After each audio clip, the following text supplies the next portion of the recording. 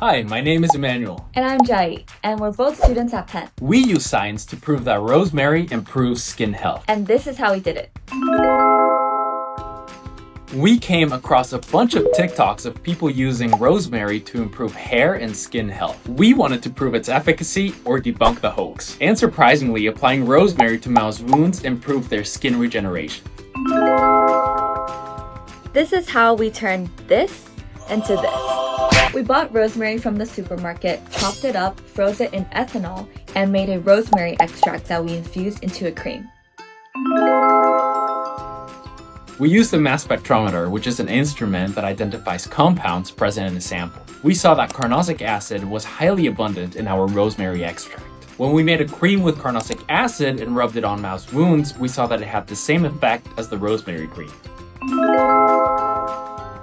The carnosic acid in rosemary activates this receptor called TRPA1, which our lab has studied before. And activating this receptor has been shown to improve wound healing.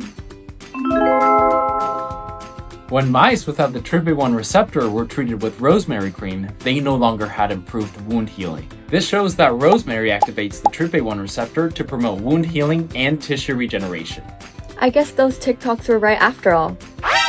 Yeah?